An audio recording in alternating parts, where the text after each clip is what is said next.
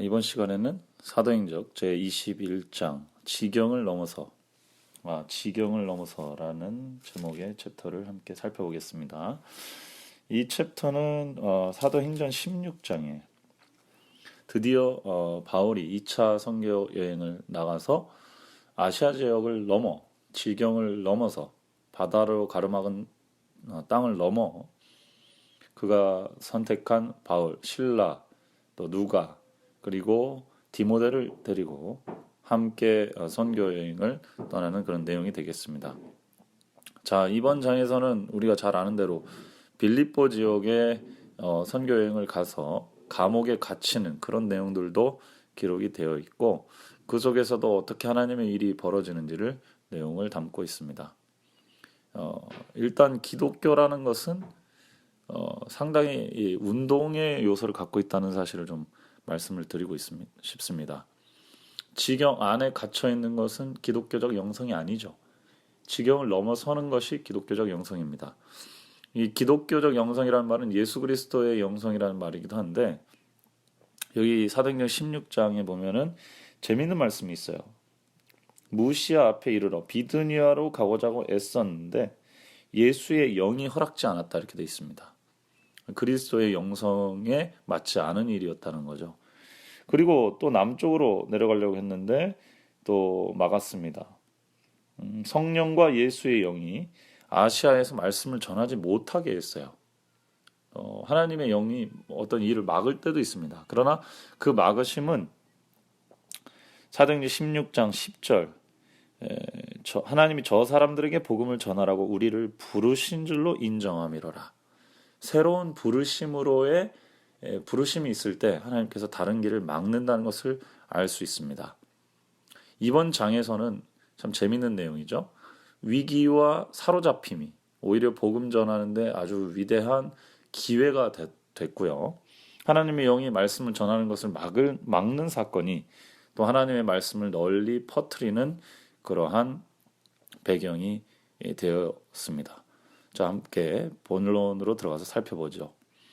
지중해 변경에 있는 드로아에서 밤의 환상이 바울에게 보이니 마게도냐 사람 하나가 서서 그에게 청하여 가로되 마게도냐로 건너와서 우리를 도우라 하였습니다. 그 요청이 긴급하여 지체할 수가 없었는데요. 유럽으로 건너가는 여행에 바울과 실라와 디모데와 동행한 누가는 바울이 이 환상을 본 후에 우리가 곧 마게도냐로 떠나기를 힘쓰니 이는 하나님이 저 사람들에게 복음을 전하라고 우리를 부르신 줄 인정함이로라. 이렇게 되어 있습니다. 이 마게도냐 환상의 장면은 함께 비전을 보는 그런 상황입니다. 바울이 밤에 환상을 통해서 마게도냐 사람들이 와서 복음을 전해달라고 하는 모습을 보고 함께 회의를 해서 우리를 부르신 줄을 인정했다고 얘기가 되어 있습니다. 바울이 혼자 비전을 봤지만 그 비전을 함께 공유했을 때 하나님의 일이 일어났다라고 볼 수가 있겠죠.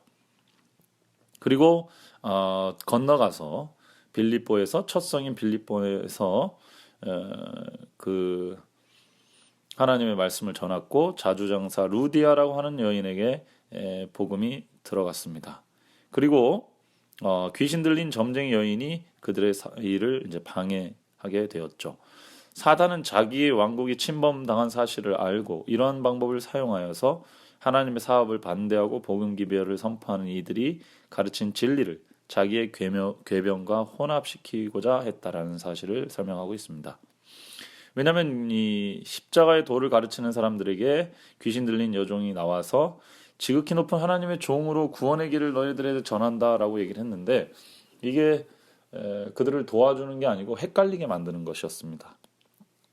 우리의 적들 중에 제일 위험한 적은 이런 교묘한 적들이 될 것입니다.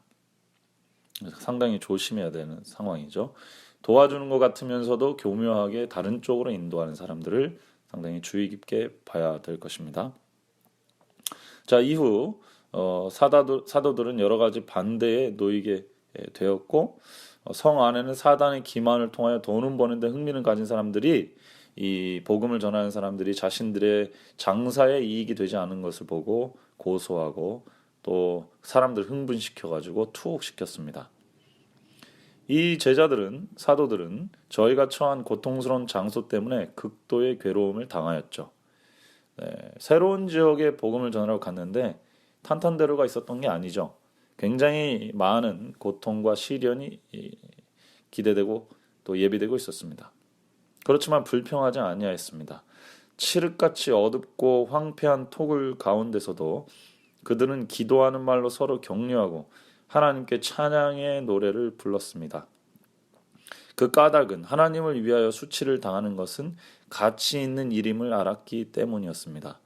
그들의 마음은 구속주의 사업에 대한 깊고도 열렬한 사랑으로 기쁨을 얻었습니다.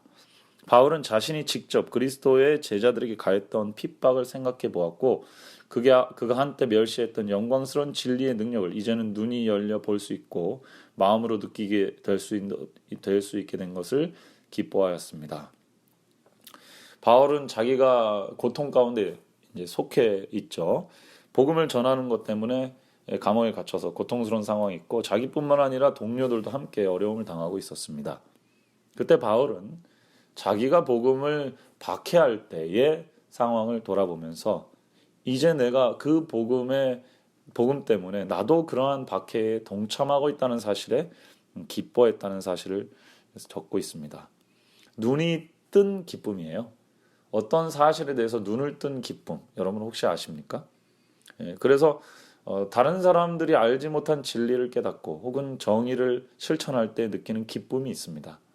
그래서 고난이 클수록 이 세상이 알지 못하는 어떤 수준에 있기 때문에 내가 고난을 당한다. 이런 마음으로 그들은 마음의 위안을 받을 수 있는 것이죠. 바울과 사도들은 그러한 마음의 빛으로 감옥 안에서도 빛나고 있었던 것입니다. 파수병들과 죄수들은 기이 여겼죠. 춥고 배고프고 고통당하면서도 기뻐할 수 있는 이 사람들은 과연 누구인가 자문했습니다. 자, 이것이 초대 기독교의 힘이었던 것이죠. 기독교인들은 가난하고 고난당하고 또 억울하게 재판을 받으면서도 그들은 마음속에 말로 표현할 수 없는 기쁨으로 가득 차 있었습니다. 구원받은 사람들의 확신이 그들의 얼굴 표정에 나타나 있었고요. 그것은 이교와 여러 가지 문화, 방탕한 세속 속에서 찾을 수 없는 기쁨의 요소들이었기 때문에 초대 기독교는 굉장히 매력적이었던 것입니다. 과거에 그 여인은 성읍을 매우 소란하게 하였으나 이제는 침착하고 평화로웠다. 그들은 저희가 무죄한 두 사람에게 로마의 엄한 형벌을 가했다는 사실을 깨닫고 스스로 분개하여 아침이 되면 사도들을 은밀히 석방하여 성읍에서 폭도의 위험이 없는 곳으로까지 호송하도록 명령을 내리기로 결정하였다. 그러나 사람들은 잔인하고 보복적이고 혹은 자신들에게 부여된 엄숙한 책임에 대하여 죄스럽게도 태만하였으나 반면 하나님께서는 당신의 종들에게 은혜 베푸시는 것을 잊지 않으셨다. 온 하늘은 그리스도를 위하여 고통당하고 있는 사람들에게 흥미를 가졌고 천사들은 감옥을 방문하도록 보냄을 받았다. 그들의 발걸음에 땅이 진동하였다. 무겁게 빗장이 질린 옥문은 활짝 열렸고 죄수들의 손과 발에서 쇠사슬과 족쇄가 풀려졌으며 밝은 빛이 옥에 가득했다. 네, 초대교회 이 그리스도인들은 갇히는 일이 좀 많았죠.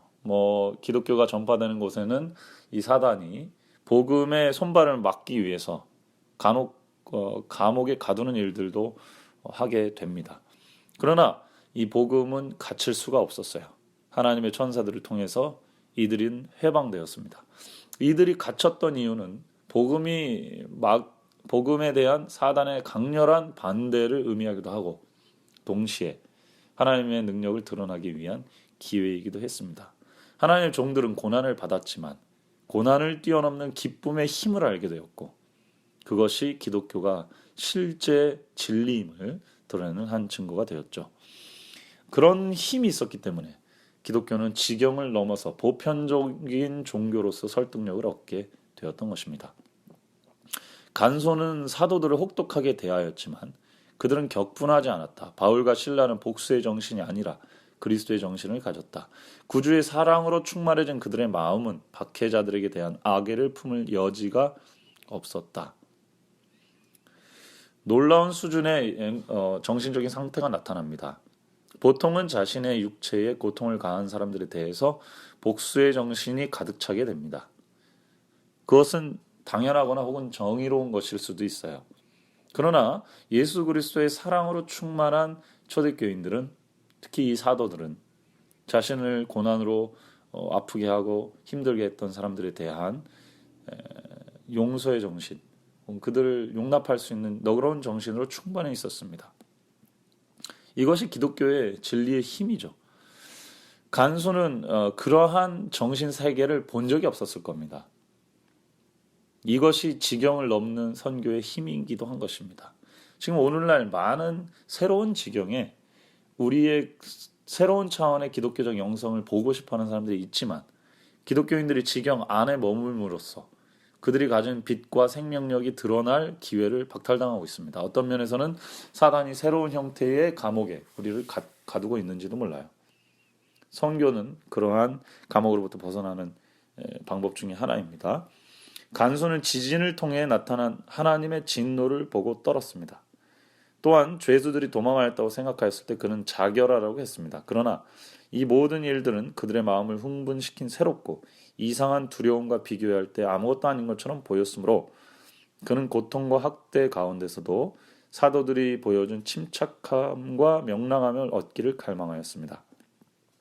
그는 그들의 얼굴에서 하늘의 빛을 보았습니다. 그리고 하나님께서는 그들의 생명을 구원하시고자 이적적인 방법으로 중재하신 사실도 알게 되었습니다. 간수는 크게 겸손하게 되어서 사도들에게 생명의 길을 보여달라고 요청하였고, 사도들은 대답하기를 주 예수를 믿으라, 그리하면 너와 내 집이 구원을 얻으리라 라고 말씀을 했고, 이 사람은 이 말씀을 받아들여서 정말로 그와 그의 온 가족이 구원을 받게 됩니다. 저는 이 말씀이 참 좋습니다. 예수 그리스도를 구주로 영접하면 나 개인뿐만 아니라 온 가족이 구원을 받게 된다는 사실, 구원은 가족 단위로 이루어진다는 사실입니다. 오늘날의 사회는 이기적인 사회 혹은 개인적인 사회지만 복음은 그 가족을 구원하는 힘이 있다는 사실입니다. 이것이 오늘날 우리에게 주는 큰 메시지가 있어요. 가정을 회복시키는 것이 복음의 힘이라는 겁니다. 이교 사회도 마찬가지입니다. 인간의 기본적인 삶의 터는 가정인데, 이 가정이 구원을 주는 종교로서 기독교가 제시되고 있다는 사실을 여기서 주목할 수가 있겠죠. 이 빌립보 시민들은 지진으로 크게 두려워했고, 아침에 간수들이 밤동안 일어났던 일들을 행정장관들에게 보고하자 그들은 놀라 아전들을 보내어 사도들을 석방하라고 하였습니다. 그러나 바울은 로마 사람이 우리를 죄도 정치 아니하고 공중 앞에서 때리고 이렇게 하면서 친히 와서 우리를 데리고 나가라고 설명하였습니다. 그리스도에게서 받은 교훈을 따라 사도들은 환영하지 않는 곳에 있고자 하지 아니하였습니다. 두 사람이 옥에서 나가 루디아의 집에 들어와서 형제들을 만나보고 위로하고 나아갔습니다. 사도들은 빌립보에서의 그들의 수고를 헛된 것으로 여기지 아니하였습니다. 그들은 많은 반대와 박해를 당했으나 저희가 당한 수치와 고통을 속하고도 남을 만큼 그들을 위한 섭리와 중재와 간수의 그 가족의 회심을 목도하였습니다. 부당한 투옥과 기적적인 구출에 대한 소식은 그 지역 모든 사람들에게 알려져 달리 접촉할 수 없었던 많은 사람들에게 사도들의 사업이 알려지게 되었습니다. 네, 하나님께서 복음을 전하는 방식은 우리가 직접적으로 복음을 이렇게 나눠주는 일 외에도 굉장히 많다는 사실입니다. 네, 하나님이 우리를 부르실 때는 당신만의 새로운 방법과 기질을 가지고 일을 하시기 때문에 우리는 하나님과 동행하는 기쁨만 가지고 있다면 하나님이 우리를 충분히 사용할 수 있을 거라고 믿습니다. 빌립보에서의 바울의 수고는 한 교회를 세우는 결과를 낳았고 그 교회의 교인들은 꾸준하게 증가하였습니다. 그의 열심과 헌신, 그리고 무엇보다도 그가 그리스도를 위하여 즐겨 고통을 감내한 것은 개종자들에게 깊고도 영속적인 감화를 끼쳤습니다. 교회를 세우기 위해 바울이 수고한 것은 아니었습니다. 그러나 복음을 전하는 사업을 하는 일에 수고와 아픔이 따를 수밖에 없죠. 그러나 그의 열심과 헌신, 그리고 그가 즐겨 그 그리스도를 위해서 고난의 길을 가는 그 모습 자체가 이 빌립보 교회, 유럽에 세워진 이 첫 번째 교회인 빌립보 교회가 매우 든든한 터 위에 세워질 수 있었다는 것입니다. 지경을 넘는 힘을 보여줬는데, 그것은 기독교가 고난을 뛰어넘는 힘을 줄 수 있는 실체적 힘이 있는 종교라는 사실. 그들이 여태까지 봐왔던 다른 많은 종교는 이론적인 종교 혹은 문화적인 종교였다면, 이제 그들이 바라보는 바울과 그 선교팀에서 봤던 종교는 극한의 고난과 어려움 속에서도 삶의 기쁨과 만족과 가족에 대한 구원을 주는 실제적인 종교였다는 사실에 그들이 기독교의 매력을 느끼고 넘어왔다는 사실입니다. 오늘날 이러한 기독교적 힘의 역량을 증명하는 어떤 지경을 넘어서 하나님의 힘이 드러나는 사건들이 나타나는 필요가 있습니다. 사람들이 기독교의 어떤 위선 그리고 힘이 없으면서도 진리라고 자부하는 모습을 지금 너무 많이 보고 있거든요. 그래서 우리는 거꾸로 지금 이 시대에는 기독교적 외양을 드러낼 때라기보다는 우리가 우리 스스로 고난을 통과하면서도 넉넉하게 이길 힘을 갖고 있는 종교로서의 기독교의 모습을 보여줄 필요가 있는 것입니다. 그렇게 될 때 기독교는 굉장히 든든한 기둥 위에 세워지게 될 것입니다. 초대 그리스도인들은 때때로 어둠의 권세들과 대면하도록 부르심을 받았다.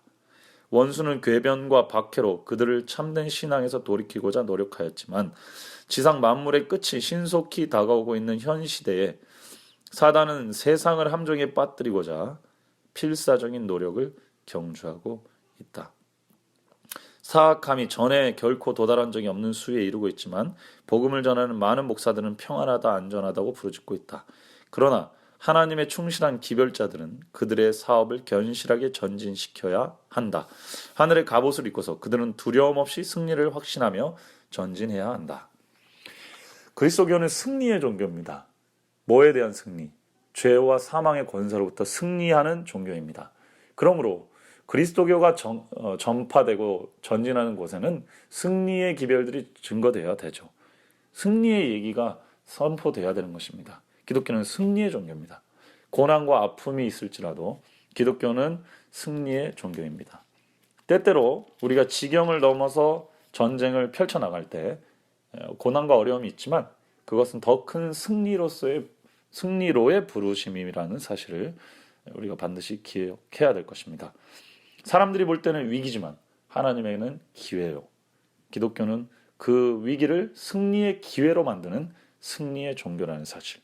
그리스도 안에 우리가 그동안 실패했던 데서 승리할 수 있다는 분명한 믿음을 가지고 전진하게 되기를 진심으로 바랍니다. 기도합시다. 사랑의 하나님, 오늘 우리 고난과 아픔의 현장에서 살아가고 있습니다. 우리와 우리의 가족을 구원해 주시고 승리케 하여 주옵소서. 우리가 지경을 넘어서 복음을 전파하기를 원합니다. 우리의 지경이 무엇인지 알게 하시고 비전을 보고 넘어가게 도와주시고 고난을 대면하더라도 두려워하지 않고 승리하게 하여 주옵소서. 승리의 힘은 그리스도에게 있습니다. 그리스도를 떠나지 않도록 붙들어 주시옵소서. 예수님의 이름으로 간절히 기도드립니다. 아멘.